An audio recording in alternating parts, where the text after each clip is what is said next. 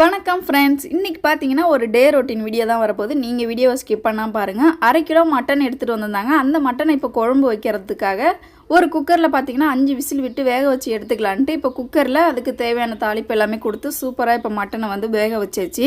அதுக்கப்புறம் சரி இது ஒரு பக்கம் வேகட்டும், நம்ம ஒரு பக்கம் வந்து தாளிப்பு கொடுத்துடலாம், குழம்பு கூட்டி வச்சிடலான்ட்டு ஒரு வானலை வச்சுட்டு அதுக்கு தேவையான அளவு எண்ணெய் ஊற்றிட்டு அதுக்கப்புறம் எடுத்து வச்சுருக்கிற பட்டை கிராம்பு எல்லாத்தையும் சேர்த்து நல்லா வதக்கிறதுக்கும் ஸ்டார்ட் பண்ணிட்டேன். இஞ்சி பூண்டு பேஸ்ட்டும் பார்த்தீங்கன்னா அரைச்சி வச்சாச்சு. மசாலா ஐட்டம் எல்லாமே பார்த்தீங்கன்னா எடுத்து வச்சுட்டேன். என்னென்ன மசாலா ஆட் பண்ணுவேன்னு பார்த்தீங்கன்னா மட்டன் மசாலா ஆட் பண்ணுவேன், தனி மிளகாய் தூள் ஆட் பண்ணுவேன், கொஞ்சமாக கரம் மசாலா ஆட் பண்ணுவேன். இப்போ வெங்காயம் பச்சை மிளகாவும் நல்லா வதங்கிட்டு இருக்கும்போது நம்ம எடுத்து வச்சுருக்கிற கருவேப்பிலையை இப்போ வந்து ஆட் பண்ணிக்கணும். அதுக்கப்புறம் பாருங்கள் ஃபைனல் ஸ்டேஜில் நம்ம வந்து தக்காளி ஆட் பண்ணிக்கணும்.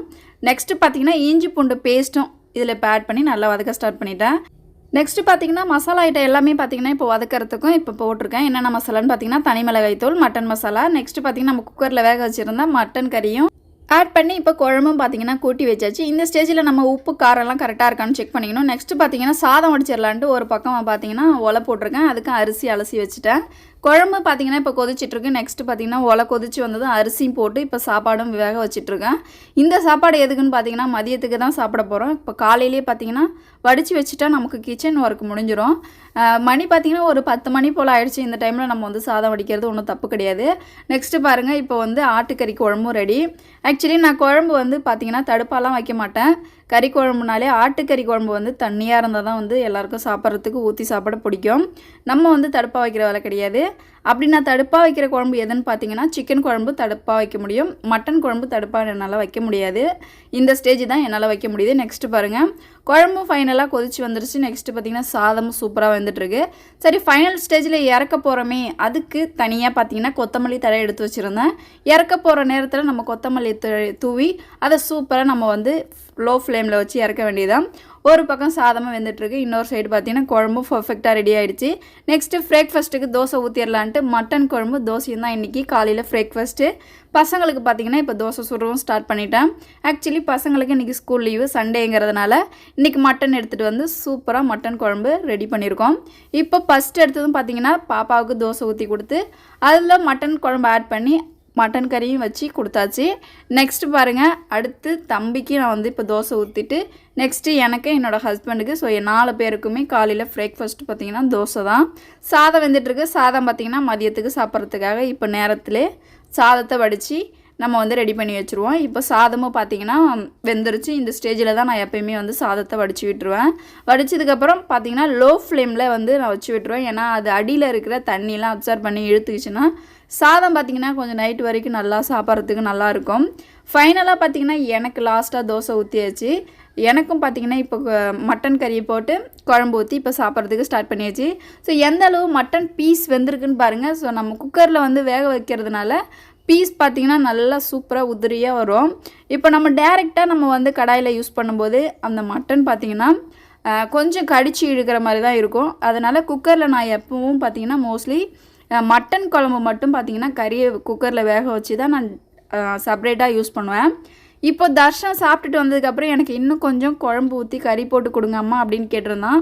அவனுக்கும் பார்த்திங்கன்னா இப்போ குழம்பு ஊற்றி அவனுக்கு பிடிச்ச மாதிரி மட்டன் கறி, அதுவும் எலும்புலாம் சாப்பிட மாட்டான், கறி பீஸாக போட்டு கொடுத்ததும் அவன் கையில் வாங்கிக்கிட்டு இப்போது சாப்பிட்றதுக்கு கிளம்பிட்டான். காலையிலேயே பார்த்திங்கன்னா மட்டன் குழம்பு, பிரேக்ஃபாஸ்ட்டுக்கு தோசை தான். ஸோ லஞ்சும் பார்த்திங்கன்னா மட்டன் குழம்பு தான். சாதமும் இப்போ வந்து வடித்து விட்டாச்சு. கிச்சனும் பாருங்கள் சூப்பராக வந்து ரெடி பண்ணி வச்சாச்சு. ஆக்சுவலி வந்து இன்றைக்கி கிச்சன் ஒர்க் எல்லாமே கொஞ்சம் நேரத்துலேயே முடிஞ்சிருச்சு. அதனால் இன்றைக்கி இதுக்கப்புறம் நைட்டு போல் தான் நமக்கு வந்து கிச்சன் ஒர்க் இருக்குது. நெக்ஸ்ட்டு மதியம் என்ன பண்ணுறேன்னு பாருங்கள். மதியம் போல் ஆனதும் பார்த்திங்கன்னா கொஞ்சமாக சாதம் போட்டு ஆட்டுக்கறி குழம்பு ஊற்றி சாப்பிட்றதுக்கு ஸ்டார்ட் பண்ணியாச்சு.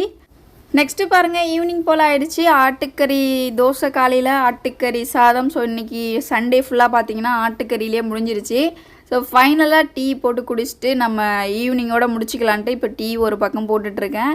ஆக்சுவலி இன்றைக்கி சண்டேங்கிறதுனால பார்த்திங்கன்னா ஒர்க் எதுவும் கிடையாது. நெக்ஸ்ட்டு பார்த்திங்கன்னா மழை சீசன், மழை பெஞ்சிட்டே இருக்கிறதுனால ஸோ நமக்கு வந்து வீட்டுக்குள்ளே இருக்கிறது தான் ஒர்க்காக இருக்குது. சமைக்கிறது, தூங்கிறது, சாப்பிட்றது. ஸோ இந்த மாதிரி தான் இப்போ வந்து 2 டேஸாக இருக்குது. வெளியில் எங்கேயும் போக முடியல. ஏன்னா கிளைமேட் பார்த்திங்கன்னா மழை டைமாக இருக்குது. ஸோ இப்போ பாருங்கள் ஃபைனலாக டீ போட்டாச்சு. எனக்கு ஒரு கிளாஸ் எடுத்துக்கிட்டேன். எனக்கு பார்த்தீங்கன்னா டீ சாப்பிடும்போது ஒரு பிஸ்கெட் பாக்கெட் இருந்தால் தான் நமக்கு வந்து டீ சாப்பிட்ட மாதிரி ஒரு ஃபீல் ஆகும். எனக்கு குட் டே மில்க் எந்த பிஸ்கெட் இருந்தாலும் ஓகே தான், நான் சாப்பிட ஆரம்பிச்சிருவேன். அதே மாதிரியே பார்த்தீங்கன்னா டீ சாப்பிட்டுட்டு இருக்கும்போது என்ன வெளியில் சத்தம் கேட்குதுன்னு வந்து பார்த்தா தாத்தா பார்த்தீங்கன்னா இங்கேருந்து அந்த சுண்டக்காய் செடி இருந்தது பார்த்தீங்களா, அதை ஃபுல்லாக வாங்கால வெட்டி அந்த சைடு தூக்கி போட்டார். ஸோ தாத்தா இங்கே நடந்து வர்றதுக்கு அவருக்கு கொஞ்சம் டிஸ்டர்பன்ஸாக இருக்குன்னு சொல்லிட்டு அதை பாருங்கள் ஃபுல்லாக வெட்டிட்டார். நிறைய அதில் காயெலாம் இருந்துச்சு. ஸோ அதை ஃபுல்லாக ஃபைனலாக வெட்டிட்டார். இதுக்கப்புறம் நெக்ஸ்ட்டு என்ன பண்ணுறேன்னு பாருங்கள். நெக்ஸ்ட் டே மார்னிங் திங்கக்கிழமை, இன்றைக்கி காலையில் எடுத்த வீடியோ தாங்க இது. திங்கக்கிழமை காலையிலே பசங்களை ஸ்கூல் அனுப்புறதுக்காக என்ன சமைக்கலான்னு யோசிச்சுக்கிட்டே இருந்தேன். சரி கிளைமேட் எப்படி இருக்குது, மழை வர மாதிரி இருக்கா, பசங்களுக்கு ஸ்கூல் லீவ் விடுவாங்களா அப்படின்ட்டு நானும் வெளியில் வந்து பார்த்தேன். பட் கிளைமேட் பார்த்திங்கன்னா இந்த மார்கழி மாதத்தில் இருக்கும் பார்த்திங்களா பனி, அந்த மாதிரி பனி பெஞ்சிட்ருக்கு பார்த்திங்கன்னா. ஆனால் மழை வர சீசன் கிடையாது. அப்படியே கிளைமேட் பார்த்திங்கன்னா ஒரு ஷேடோ அப்படி மாதிரி தான் இருக்குது. ஸோ ஹையும் இல்லை லோவும் இல்லை, அப்படியே மீடியம் ஃப்ளேமில் இருக்கிற மாதிரி தான் இருக்குது. பட் மழை வருமா வராதான்னு தெரியல. ஸ்கூல் லீவ் விடுவாங்களா விட மாட்டாங்களான்னு தெரியல. சரி நம்ம போயிட்டு நம்ம ஒர்க்கை செய்யலான்னு கிச்சனுக்குள்ளே வந்தாச்சு. கிச்சனுக்குள்ளே வந்ததுக்கப்புறம் பார்த்தீங்கன்னா தன்ஷி வந்து பால் பாக்கெட் நேத்தியே வாங்கிட்டு வர சொல்லியிருந்தேன். அதே போல் பாருங்கள் ஒரு பால் பாக்கெட் வச்சு இப்போ காலையிலே பார்த்தீங்கன்னா டீ போட ஸ்டார்ட் பண்ணிவிட்டு இன்னொரு பக்கம் சுடு தண்ணியாக வச்சுருக்கேன்னு பார்த்தீங்கன்னா ஸோ லஞ்சும் பிரேக்ஃபாஸ்ட்டும் பார்த்தீங்கன்னா சப்பாத்தி பூரி செஞ்சு கொடுத்துடலான்ட்டு இப்போ மாவு எடுத்து வச்சுருக்கிறேன். இப்போ அந்த தண்ணியை வச்சு வந்து மாவு பிசைஞ்சு வச்சாச்சு. நெக்ஸ்ட்டு பார்த்தீங்கன்னா அதே பாத்திரத்தில் உருளைக்கிழங்கை வெட்டி போட்டு வேக வச்சுருக்கிறேன். இன்னொரு கடாயில் பார்த்தீங்கன்னா டீ வந்து போட ஸ்டார்ட் பண்ணிட்டேன். ஸோ மாவு பாருங்கள் எந்த பக்குவத்தில் பேஞ்சு வச்சுருக்குன்னா ஸோ சுடு தண்ணி ஊற்றி தான் சூப்பராக பேஞ்சு வச்சுட்டேன். நெக்ஸ்ட்டு ஒரு சைடு டீ போட்டு ஒரு கிளாஸில் இப்போ ஊற்றி அதை குடிக்கவும் எடுத்துகிட்டு கிளம்பியாச்சு. ஒரு கிளாஸ் டீ குடிச்சதுக்கப்புறம் தான் நம்ம வந்து கட்டிங் ஒர்க் காய்கறி கட் பண்ணுறது எல்லாமே வந்து நம்ம செய்ய முடியும். அதே போல் பாருங்கள் வெங்காயம் தக்காளி பச்சை மிளகாய் கட் பண்ணி வச்சாச்சு. தாளிப்புக்கு கொத்தமல்லி புதினா தழை அதுக்கப்புறம் கருவேப்பிலை எல்லாமே எடுத்து வச்சாச்சு. நம்ம முன்னாடியே சப்பாத்தியெல்லாம் தீத்தி உள்ளே கொண்டு போயிட்டு நம்ம வந்து அடுப்பில் வந்து போட்டுக்கலாம் அப்படின்ட்டு நான் முன்னாடி தீத்துறதுக்காக கொண்டுட்டு வந்து ரெடியாக இங்கே வச்சுருக்கேன்.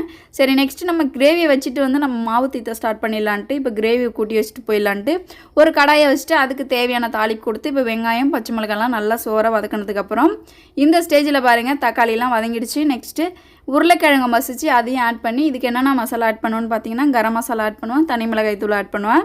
ஸோ இந்த ஸ்டேஜில் இப்போ குழம்பு வந்து கொதிச்சிட்டே இருக்கட்டும். நம்ம அதுக்குள்ளே சப்பாத்தி ரெடி பண்ணிட்டு வந்துடலான்னு. பெருசாக இருக்கிறதெல்லாம் பார்த்தீங்கன்னா சப்பாத்தி, சின்ன சின்னதாக இருக்கிறது எல்லாமே பார்த்தீங்கன்னா பூரிக்கு எடுத்து வச்சுருக்கேன். பசங்க கேட்டாங்க எங்களுக்கு பூரி தான் வேணும் அப்படின்னு கேட்டிருந்தாங்க. என்னுடைய ஹஸ்பண்டுக்கு சப்பாத்தி போட்டு கொடுத்துர்லான்னு இப்போ அவங்களுக்கு ஃபஸ்ட்டே பார்த்தீங்கன்னா சப்பாத்தி போட்டு கொடுக்க ஸ்டார்ட் பண்ணிட்டேன். இப்போ ஒரு சைடு பார்த்தீங்கன்னா சப்பாத்தி போட்டுட்ருக்கேன், இன்னொரு சைடு பூரிக்கு வந்து ரெடி ஆகிட்டுருக்கு. சப்பாத்தி ஒரு வழியாக முடிஞ்சிடுச்சு. நெக்ஸ்ட்டு பார்த்தீங்கன்னா இப்போ பூரி போட்டு கொடுத்துர்லான்ட்டு சின்ன சின்ன சைஸாக தான் எடுத்து வச்சுருக்கேன். ஏன் சின்ன சின்ன சைஸாக நான் செஞ்சுருக்கேன்னு பார்த்தீங்கன்னா அவங்களோட லஞ்ச் பாக்ஸில் வைக்கிற சைஸ்க்காக தான் நான் இப்போ வந்து பூரியை சின்ன சின்னதாக போட்டிருக்கேன். பசங்களுக்கு இந்த மாதிரி சின்ன சின்ன பூரியாக போட்டால் தான் அவங்களுக்கு பிடிக்கும், விரும்பி சாப்பிடுவாங்க. ஸோ பாப்பா பார்த்தீங்கன்னா எனக்கு பசிக்குது நான் சாப்பிட்டுட்டு அப்புறமா தலை சீவிக்கிறமா அப்படின்னு சொல்லியிருந்தேன். சரி ஓகே பிளேட் எடுத்து உனக்கு எவ்வளோ பூரி வேணுமோ வச்சு சாப்பிடுமா அப்படின்னு சொல்லியிருந்தேன். பாப்பாவை பார்த்தீங்கன்னா எனக்கு 2 பூரி போதும்னு சொல்லிவிட்டு பாப்பாவுக்கு ஒரு கரண்டி குருமா ஊற்றி கொடுத்தாச்சு. அவளும் இப்போ சாப்பிட்றதுக்கு ரெடி ஆகிட்டா. சரி லஞ்ச் எடுத்து வச்சிடலாம், நீ வாமா லஞ்ச் எடுத்து வச்சுட்டு அப்படியே சாப்பிட ஸ்டார்ட் பண்ணிடு அப்படின்னு சொல்லியிருந்தேன். அதே போல் பார்த்தீங்கன்னா பாப்பா வந்து லஞ்ச் எடுத்து வைக்க ஸ்டார்ட் பண்ணிட்டான். ஆக்சுவலி பார்த்தீங்கன்னா நான் வந்து லஞ்ச் எல்லாமே ஷார்ட்ஸில் கொடுத்துட்ருக்கேன். நீங்கள் எனக்கு விலாகில் சப்போர்ட் பண்ணுற மாதிரி ஷார்ட்ஸ்லேயும் சப்போர்ட் பண்ணுங்கள். ஷார்ட்ஸ் எடுக்கும்போது கேமராமேன் யாருன்னு பார்த்தீங்கன்னா தன்ஷிகா தான் ஷூட் பண்ணிகிட்ருப்பான். ஸோ அவளும் பார்த்தீங்கன்னா இப்போ வந்து லஞ்சுக்கு வந்து ஷார்ட்ஸ் எடுத்துகிட்டு இப்போ வந்து தலை சீவி விட்ருங்க அப்படின்னு சொல்லிட்டு அவளும் சாப்பிட்டுட்டு வந்துட்டான். சரி வாமா தலை சீவி விட்டுறேன்ட்டு பாப்பா கிட்ட சொல்லியிருந்தேன். அவள் பார்த்தீங்கன்னா உள்ளார போயிருக்கா. எதுக்கு போயிருக்கான்னு பார்த்தீங்கன்னா ரிப்பன் எடுத்துகிட்டு வர மறந்துட்டான். சரி போயிட்டு ரிப்பன் எடுத்துகிட்டு வந்துடுமா அப்படின்னு சொல்லியிருந்தேன். அதே போல் ரிப்பன் எடுத்துகிட்டு வந்துட்டா. தலையும் பார்த்தீங்கன்னா பர்ஃபெக்டாக சீவி விட்டதுக்கப்புறம் அவள் எப்பயும் குடிக்கிற டானிக்கு மாத்திரை சளி இருக்குது, ஜுரம் இருக்குது. ஸோ அதில் இன்னும் சரியாகலை. இப்போ ரீசெண்டாக பார்த்தீங்கன்னா நம்ம ஊர் பக்கத்து ஊர்லேயே ஹாஸ்பிட்டலுக்கு 2 பேரையும் கூட்டிகிட்டு போயிட்டு நான் காமிச்சிட்டு வந்தேன். அதை என்னால் வீடியோவாக எடுக்க முடியல, ஏன்னா அது நைட்டில் போனதுனால என்னால் ஷூட் பண்ண முடியல. அங்கே பார்த்தீங்கன்னா தர்ஷனுக்கு 2 இன்ஜெக்ஷன், தன்ஷிக்கு 2 இன்ஜெக்ஷன் போட்டு டேப்லெட் மருந்து கொடுத்துருந்தாங்க. ஸோ அதோட இப்போ வந்து 2 பேரும் இப்போ அதை சாப்பிட்டுட்டு தான் இப்போ வந்து இருக்காங்க. ஸோ கிளைமேட் வேறு இப்படி இருக்கிறதுனால பசங்களுக்கு சளி ஜுரம்லாம் வந்து கூடவே இருக்குது. இந்த வீடியோவில் தான். வீடியோ பிடிச்சிருந்தா லைக் பண்ணிடுங்க, கமெண்ட் பண்ணுங்கள். நீங்கள் என்னோட சேனல் ஃபஸ்ட் டைம் பார்க்குறீங்கன்னா மறக்காமல் சப்ஸ்கிரைப் பண்ணிக்கோங்க. அடுத்த வீடியோவில் சந்திக்கலாம். பாய்.